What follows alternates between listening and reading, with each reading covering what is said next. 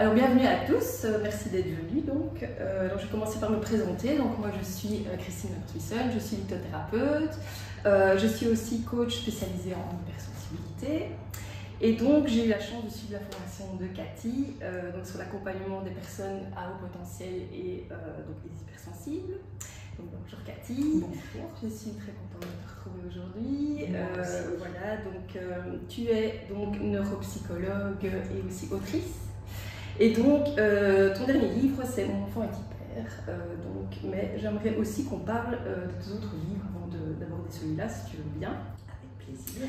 Voilà, donc le tout premier pour lequel je t'ai découvert en fait c'est Mon cerveau est hyper. J'ai vraiment adoré ce livre parce que je trouve que c'est vraiment un trésor d'informations. Donc on y parle des hauts potentiels et de l'hypersensibilité. Donc il y a une partie explicative où vraiment on a toutes les infos et tout ça qui sont vraiment super bien expliquées, je trouve, et très claires. Et alors il y a une partie outils, et ça c'est vraiment très chouette parce que du coup on a vraiment quelque chose de très concret en fait pour aider. Donc moi ce que j'aurais bien aimé que tu peut-être expliques, c'est donc j'ai lu qu'on pouvait être soit haut potentiel, soit hypersensible, soit les deux. Est-ce que tu peux nous dire un peu les différences en fait et les similitudes? Oui. Donc déjà, merci beaucoup pour la présentation et pour ceux qui ne connaissent pas, c'est vrai que c'est très important ce que tu soulèves. C'est que moi je pars du principe que pour bien agir, il faut comprendre. Donc c'est vrai que tous mes livres ont toujours une structure comprendre, alors très accessible, en tout cas j'essaie de le rendre le plus accessible possible, et des outils, une boîte à outils. Alors concernant donc, le côté hyper entre guillemets, qui est un mot que j'ai utilisé non pas du tout pour parler d'une supériorité, mais pour imager entre guillemets les particularités cérébrales, parce que donc je pars du principe, ce qui est déjà original, que le haut potentiel ou l'hypersensibilité, je les ai groupés ensemble, ce sont des particularités cérébrales. C'est un cerveau qui tourne plus vite et plus fort dans certaines zones. Donc l'hyper-réseau neuronal est quantitatif, c'est plus vite mais pas qualitatif, donc ils ont un cerveau comme tout le monde. Alors selon les zones qui tournent, on va mettre l'un ou l'autre des termes. Donc quand c'est des zones gauches qui tournent plus vite, on va parler de haut potentiel, parce que ces zones concernent ce qu'on appelle les fonctions intellectuelles, qui n'ont rien à voir avec l'intelligence, le mot porte à confusion, mais qui sont toutes les fonctions qui sont liées au raisonnement, aux associations d'idées sur des infos intellectuelles, à la conceptualisation. Donc ça c'est le haut potentiel, et ces zones peuvent tourner un peu, beaucoup, passionnément, c'est-à-dire qu'il y a plein de degrés différents. Après, un cerveau peut aussi tourner plus vite et plus fort à droite, de nouveau quantitativement, pas qualitativement, dans des zones émotionnelles et d'office sensoriel. Ça, c'est aussi une grande idée reçue, c'est qu'on pense que l'hypersensibilité, c'est d'office des émotions, une gestion particulière, c'est d'office aussi du sensoriel. Et donc, quand des zones tournent plus au niveau émotionnel, ça donne plein d'avantages, parce qu'on en oublie toujours aussi. C'est qu'on va en fait capter plus vite les ambiances, les gens, les émotions, et déjà tout petit. Et au niveau sensoriel, il y a souvent des sens exacerbés, des super pouvoirs, comme tu dis aux enfants, c'est-à-dire le visuel, l'auditif, l'olfactif, qui sont exacerbés. Et on peut avoir les deux zones en fait associées, c'est-à-dire les gauches et les droites, dans ce qu'on appelle un fonctionnement mixte, qui peut de nouveau être de 36 000 intensités. Donc c'est vrai que c'est important de bien pouvoir différencier. On fait toujours un amalgame entre haut potentiel et gestion émotionnelle. Le haut potentiel, c'est des zones gauches, il n'y a rien à voir, il n'y a pas de possibilité en fait d'avoir, quand on a en tout cas un haut potentiel pur, des problèmes au niveau de la gestion émotionnelle ou sensorielle. C'est quand il y a une hypersensibilité associée.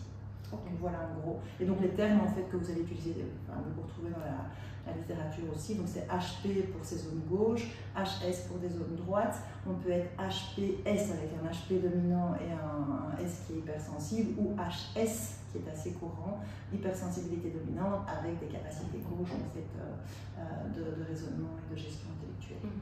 Au niveau des tests, donc il existe un test pour le haut potentiel, mais est-ce qu'il existe un test pour l'hypersensibilité? Alors, il y a en fait Hélène Aron, qui est donc la précurseuse en fait dans tout ce qui est hypersensibilité. C'est la première qui a sorti cette hypersensibilité de ce côté psychologique, tabou, trait de personnalité, etc. Donc elle a fait un questionnaire en 14 questions, je trouve qu'il est une bonne base, mais ça reste très émotionnel. Elle ne parle pas beaucoup du sensoriel. Après, c'est vrai qu'il y a de plus en plus de neuropsy qui utilisent d'autres tests pour essayer d'avoir quand même une image quantitative. Donc moi j'ai par exemple mis ensemble plusieurs tests américains, dont un sur le profil sensoriel qui était utilisé dans l'autisme, mais qui permet d'avoir en fait ce volet sensoriel de l'hypersensibilité de manière quantitative pour les enfants jusqu'à 13 ans, et pouvoir avoir vraiment des normes avec 3 grades. Et je mixte ça avec un autre test d'adaptation socio-émotionnelle et ça me donne une image assez claire et quantitative de l'hypersensibilité. Après, les diagnostics qualitatifs sont pour moi aussi très importants, y compris d'ailleurs pour le potentiel. Il ne faut pas toujours aller creuser, sauf s'il y a des difficultés. Mais donc il n'existe pas de test officiel, mais on commence à s'y intéresser de plus en plus et à trouver en fait des façons de pouvoir quand même avoir des informations, y compris quantitatives. Moi j'ai aussi trouvé ce livre évidemment très clair, très bien expliqué, et ce que je trouve bien dans ce livre-là, c'est que dans mon cerveau hyper, parce que je trouve qu'on sent bien que voilà, il y a des explications qui veulent nous faire sentir qu'on n'est pas anormal non plus, parce que je crois qu'on a souvent ce sentiment qu'on n'est pas comme les autres, et donc ici on comprend quand même un peu mieux comment on fonctionne, et on comprend aussi les répercussions que ça a en fait sur plein de choses. J'espère, c'est vrai qu'en fait dans tous mes livres j'essaie de les culpabilisantes et d'essayer de montrer que c'est pas grave. Alors c'est mon premier, je pense que je dois se dire quelquefois c'est pas grave, dans mon dernier je l'ai dit 50 fois, mais c'est vrai que c'est très important ce que tu dis, parce que moi je pars du principe que tout le monde est différent et unique. C'est pas moi qui le commence, c'est une grande marque de cosmétiques qui l'utilise, mais c'est vrai, on a des particularités, là c'est des particularités voilà, en tout cas de fonctionnement, tout le monde en a, et c'est vrai qu'aux enfants c'est très important de les rassurer, parce qu'eux ont l'impression d'être fous, on leur met des mots qu'ils ne comprennent pas, donc moi j'essaie vraiment de leur dire, voilà, il y en a qui sont certains qui sont forts en maths, d'autres en français, toi tu vois un peu plus les détails, tu perçois mieux les ambiances, voilà, et toute force a toujours éventuellement parfois des dérapages quand on va trop vite, et donc c'est vraiment aussi des explications très rassurantes et sortir de cette idée que c'est une étiquette avec uniquement du négatif. Au contraire, c'est un équilibre entre les avantages et les faiblesses. Voilà.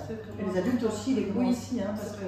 Mais je crois qu'il y a aussi les adultes qui se découvrent aussi hypersensibles et au potentiel grâce aux enfants. Tout à fait.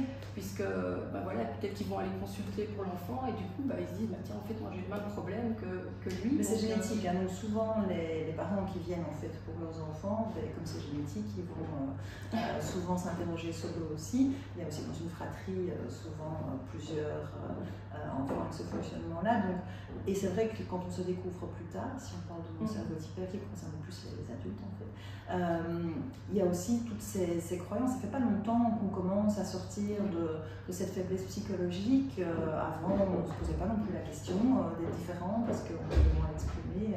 Donc il y a tout un travail à faire avec eux qui est peut-être plus difficile qu'avec les enfants, où eux sont finalement beaucoup moins sensibles à la différence. Et alors il y a toutes les peurs aussi des parents qui sont projetés sur les enfants alors que le monde a changé et qu'ils ne vont pas spécialement souffrir comme les parents ont pu le faire. Donc il y a vraiment tout un travail en fait aussi un peu systémique à faire par rapport à ce diagnostic entre guillemets.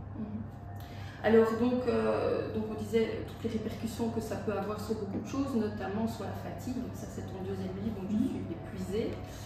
Qui parle vraiment de la fatigue et notamment du burn-out. Est-ce que les cerveaux hyper sont des candidats idéaux au burn-out, comme tu le dis? Oui, alors c'est mal du siècle. Donc, je suis épuisée, ne concerne pas les hyper, même si c'est un livre de chevet pour les hyper. C'est vrai que c'est pour tout le monde, c'était par rapport à cette problématique de l'épuisement qui est ma première spécialité. Et c'est vrai que je travaille dans le burn-out depuis maintenant plus de 20 ans, en tout cas dans tous les stades du stress chronique jusqu'au burn-out. Il se fait que dans ma consultation burn-out, c'est comme ça que j'ai commencé à m'intéresser aux hyper. Je voyais qu'il y avait beaucoup de patients qui étaient diagnostiqués alors HP à ce moment-là. Et donc j'ai essayé de faire le lien, et donc ça c'est vraiment un des grands points de ma conception, c'est qu'un cerveau qui tourne plus, bien sûr s'il y a trop d'infos il déborde, ça c'est les fameux débordements propres aux hyper et qui peuvent être soit intellectuels, soit émotionnels, sensoriels, mais aussi qu'un cerveau qui tourne plus consomme plus, et donc il y a physiologiquement aussi des particularités quand on est hyper, et entre autres des dérèglements en fait on va dire structurels, carburant je veux dire part plus vite. Et ce sont des étapes clés par rapport à la mise en place en fait, d'un stress chronique, d'un épuisement ou d'un burn-out. Et d'autres troubles aussi, des troubles du sommeil, des troubles alimentaires, des addictions au sucre, ou des troubles métaboliques. Donc j'ai vraiment, en tout cas dans mon cerveau est hyper, déjà voulu faire le lien entre ces fonctionnements et le physiologique. Je vous parle du burn-out dedans. Puis j'ai fait un deuxième livre parce qu'il y a énormément de questions sur le burn-out et puis aussi pour tous ces patients qui ne sont pas hyper et qui sont en burn-out. Vraiment, je suis épuisée ou je détaille tout ça. Et j'ai fait un livre aussi donc, qui m'en parlait peut-être sur tout ce qui est processus alimentaire, qui est aussi en fait oui, ça c'est ma tête à faim. C'est original comme titre. Je me suis battue pour ce titre, mon éditeur ne le voulait pas. Il trouvait que ça faisait un peu schizophrène. Mais il trouvait que ça faisait schizophrène, je peux le comprendre, mais moi je le trouvais trop drôle, donc je l'ai gardé. Donc là, on fait vraiment le lien entre les kilos et les émotions, en fait. Donc tout ce qui est. Est-ce que les hyper ont plus de difficultés à garder un poids idéal? Alors oui, et pour plusieurs raisons. Alors ici, attention, il y a bien sûr le lien avec les kilos émotionnels, mais aussi les compulsions. Parce qu'on peut ne pas avoir de problème de poids et avoir des compulsions.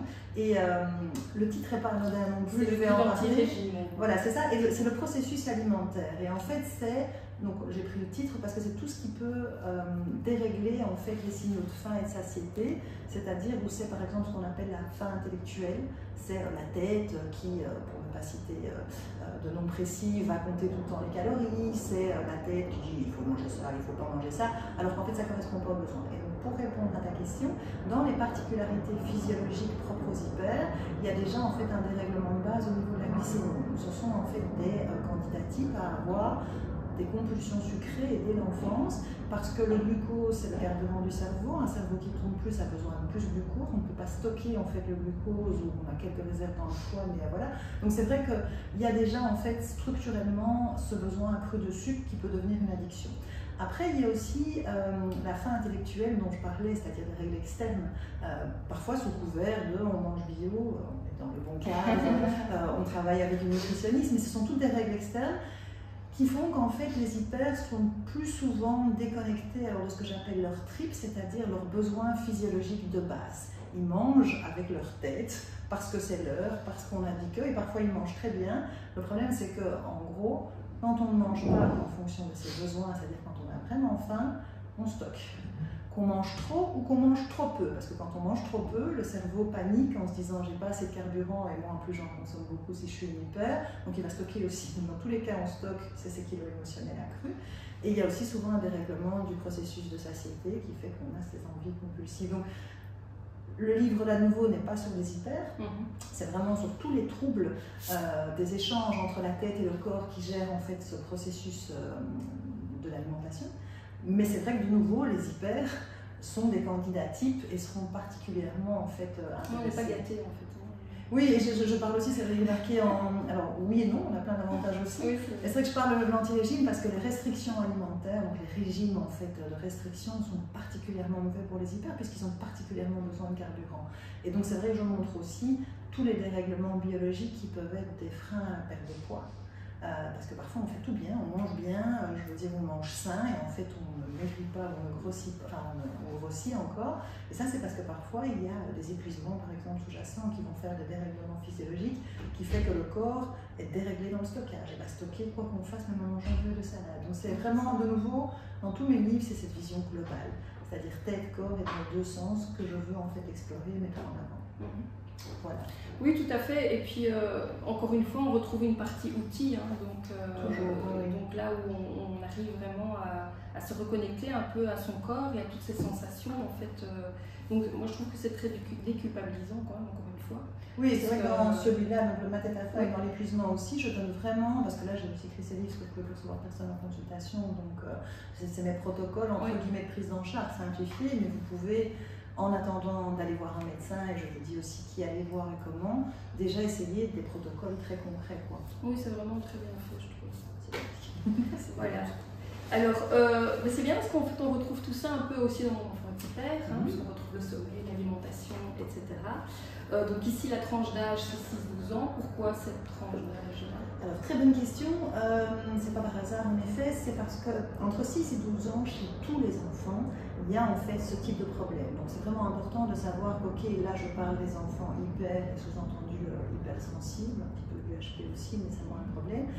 Mais toutes les problématiques que j'aborde sont des problématiques qui concernent tous les enfants. Mais chez les hyper, entre 6 et 12 ans, les troubles sont particulièrement exacerbés en raison justement de ces particularités physiologiques. Et c'est vrai que moi, à titre personnel en tant que maman, quand j'ai écrit ce livre, mon fils avait 6 ans ou 7 ans, je ne trouvais aucune info sur cette tranche d'âge, par exemple par rapport au sommeil, qui est très typique chez les hyper, les problèmes d'endormissement, moi c'est 80% de ma consulte, c'est ça, ou l'hyperactivité, les soi-disant étiquettes de TDA. Et donc j'ai voulu faire un livre parce que je n'en avais pas trouvé, avec tout ce que j'ai trouvé comme recherche et comme info à ce niveau-là. Et donc c'est pour ça que je la tranche. Maintenant, c'est vrai qu'on me pose souvent la question, que ce soit pour les plus grands, vous trouverez aussi des conseils tout à fait pertinents. Après, les dessins seront peut-être plus enfantins. Et chez les plus petits, c'est aussi ma prise en charge est la même. J'ai donné tous les gros points, en fait, les gros piliers de l'enfant. Mais c'est vrai que cette tranche d'âge-là, pour moi, est vraiment particulière au niveau des débordements et des exacerbations chez les petits hyper. À partir de quel âge est-ce qu'on peut savoir qu'on a un petit hyper à la maison? Alors même tout petit, c'est-à-dire que si on parle de l'hypersensibilité au niveau sensoriel, ça se voit déjà à 3 ou 6 mois. C'est des enfants qui vont sursauter au moindre bruit, c'est des enfants qui vont très vite suivre, c'est aussi des enfants, que ce soit côté gauche ou droit, qui vont très vite vouloir découvrir le monde, donc ils vont peu faire le ver de terre, en fait ils vont très vite soit s'asseoir et avoir la tête, soit éventuellement, pas ramper justement, marcher à 4 pattes ou se lever. Donc il y a tout un développement même psychomoteur aussi particulier. Les émotions dont on parle toujours, pour moi, c'est moins flagrant au niveau du diagnostic parce que tous les petits loulous n'ont pas encore découvert de gestion avant 6 ans en tout cas, et donc tous ont des crises. Mais le sensoriel, pour moi, tout petit, c'est problèmes de sommeil. Alors les problèmes de sommeil aussi, c'est des enfants, ça se voit peut-être moins tout petit, quoique c'est plutôt des enfants et des grands enfants d'ailleurs aussi qui sont des couches tard. Donc ils ont besoin de sommeil, mais ils mettent plus de temps pour s'endormir.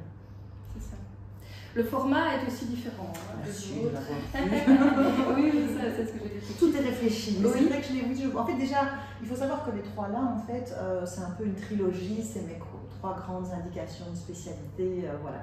Celui-ci, mon enfant est hyper, c'est un peu mon bébé. C'est vrai que c'est l'aboutissement de 3 ans de consultation et de recherche sur les hyper après mon premier livre. Et donc je voulais avoir un format vraiment un peu pratique comme un guide qui soit dans le même design que les autres pour qu'on sache que voilà, c'est la même type de conception, mais très concret avec des images aussi. Donc je te vois un petit peu. C'est ça. Donc on a cette petite mascotte ici, qui est Nono et Fufu. Et donc moi je me disais, en fait c'est un peu comme un livre d'histoire en fait. Alors c'est qu'il y a peut-être quelques petites pages comme ça où on peut lire avec l'enfant. Oui, en fait c'est vraiment un 2 en 1. Donc c'est aussi voulu, c'est que je voulais un livre pour les parents avec des explications, mais je voulais que l'enfant lui-même puisse, même les tout petits, avoir pour les outils par exemple et une lecture seule ou avec un parent s'il est petit. Et c'est vrai que ces mascottes ont été vraiment une grande réflexion pour les créer. Nono, mon fils s'appelle Nolan, donc voilà, j'ai fait une petite mascotte, mais c'est un chat hyper sensible. Il a vraiment été très travaillé pour avoir un côté en fait un peu maladroit, très émotionnel, voilà. Et Fufu, en fait, c'est pour les auditeurs voilà, ceux qui connaissent un peu tous les jeux vidéo, c'est le pauvre jumper, parce que mon fils est fan de ce YouTuber. Mais donc c'est un petit cerveau, alors c'est le côté un peu HP, distanciation intellectuelle, gestion, qui donne toujours des conseils, qui fait parfois un peu le malin, et c'est un fan de voiture, parce que mon fils est aussi fan de voiture, donc j'ai mis une Ferrari dedans, mais il dérape, et ça c'est pour vraiment illustrer les débordements. Mais donc c'est vrai qu'il va tout le temps y avoir des échanges et des dialogues pour chaque partie pratique, où Fufu donne des conseils en fait à Nono et ils s'entendent très bien. Donc, je voulais vraiment cette lecture-là, et il y a un QR code qui permet de télécharger uniquement les illustrations pour les profs, pour faire un petit livre pour l'enfant qui est toujours sous la main avec les outils, puisque c'est pour les outils en fait. Oui.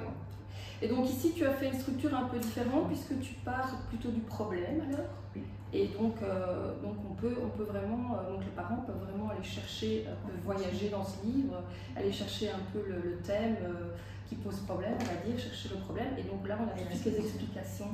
C'est merci de le soulever aussi parce que c'est pas évident. C'est vrai que j'ai gardé cette structure avec les explications et la solution, sauf qu'au lieu de faire tout un pavé explication puis tout un pavé solution, je suis repartie en fait de mots d'enfant en consultation, donc de verbatim qui illustrent un problème. Et à chaque fois, donc vous avez l'explication pour les parents, toujours scientifique mais accessible, donc neuropsy, en fait, ça c'est ma spécialité. Mais après, en fait, le quoi faire avec donc les outils et chaque fois encore, pour chaque outil, des illustrations enfants. Donc ici, c'est vraiment, on peut le lire d'une traite, on peut aller spécifiquement dans les problèmes. Et c'est vrai que les phrases, en fait, je trouve sont très parlantes aussi parce que je voulais que le lecteur puisse se retrouver avec des mots d'enfants et des choses du quotidien. Et l'autre chose aussi, c'est que même dans les explications de la difficulté, il y a mon expérience professionnelle, mais il y a aussi mon expérience de maman. Et j'ai vraiment mis des exemples très concrets pour déculpabiliser, pour dire, même moi qui suis censée être la spécialiste, je vis la même chose, c'est pas grave, et voilà comment je le résous. C'est ce que j'allais dire. En fait, c'est assez rassurant pour les parents. J'espère. Et pour les enfants aussi, du coup, vu qu'on arrive à comprendre. Et c'est aussi pour un peu déculpabiliser et se rendre compte qu'on est peut-être différents, mais que voilà, c'est pas grave. C'est joli. Et c'est vrai que le côté déculpabilisant, je l'ai dans tous mes livres, dans celui-ci, je voulais vraiment en fait l'avoir parce que le nombre de parents que j'ai, même les parents qui j'ai en consultation et de parents, c'est pas facile, on fait du mieux que son peut. Quand on est hyper en tant que parent, avoir un petit hyper, je veux dire, ça. C'est particulier aussi, donc on part aussi dans les émotions, de culpabilité exacerbée, etc. Donc je trouvais ça très important de montrer que c'est beaucoup, c'est très fréquent, que c'est pas grave, il y a une raison, que ça passe avec l'âge, et voilà. Ok. Donc comme je le disais, j'ai suivi ta formation, donc je ne sais pas si tu pourrais dire un petit mot peut-être par rapport à la formation Hyper Academy que tu as créée, qui est donc pour les professionnels. Oui, donc en fait, merci, c'est vrai que c'est très important pour moi. J'ai donc l'été passé, comme j'avais énormément de demandes, en fait, y compris de l'international, et que je ne savais plus où référer, j'ai décidé de former moi-même des professionnels pour pouvoir alors créer un annuaire avec par pays, par région et par type de pratique, parce que donc cette formation s'adresse à tous les professionnels de la santé, soit la santé physique ou la santé en fait mentale. Donc j'ai des médecins, des infirmiers, des tabacologues, des pharmaciens, des coachs, des psys, des neuropsys, des techniques corporelles, parce que je suis aussi vraiment dans cette approche globale très intéressée, surtout pour les petits loulous, par les techniques corporelles, les réflexes archaïques, dont je parle beaucoup dans le livre par exemple. Et donc voilà, et donc cette formation, c'est une formation en ligne avec 4 modules de base, et quand vous avez suivi les 4 modules de base, vous êtes certifié, sous-entendu, vous apparaissez dans mon annuaire. Et donc c'est vrai que pour moi, je ne m'attendais pas à ce qu'il y ait un tel succès. C'est vrai que là, on est à presque 130 en fait formés, et ça continue dans différents pays aussi. Donc ça, je suis vraiment heureuse, et c'est vraiment mon gros cheval de bataille. Et donc voilà, et donc pour ceux qui sont là aujourd'hui ou ceux qui regarderaient après le replay, donc c'est vrai que j'ai fait un petit bond de réduction sur la formation, donc spécifique pour Sequoia. Donc il y a un code en fait qui est le Sequoia 23 tout attaché. Si vous allez sur mon site, donc katiasonem.com, dans l'onglet Hyper Academy, vous aurez tout le détail, mais si vous rentrez ce code, vous avez un bon promo en fait qui est valable jusqu'au 30 juillet, j'ai mis, pour la formation. Et si vous êtes patient et que vous cherchez en fait un professionnel, allez voir l'annuaire, donc sur Katia Senem, Hyper Academy annuaire. Et là, vous aurez en fait tous les professionnels formés à mon approche, enfants, adultes, adolescents, médecins, et je vous dis psy, ou tout ce qui en tout cas s'occupe de la tête et du corps. Super, voilà, tu as répondu à toutes mes questions. Merci pour ce partage. Avec plaisir. Voilà. À bientôt. À bientôt.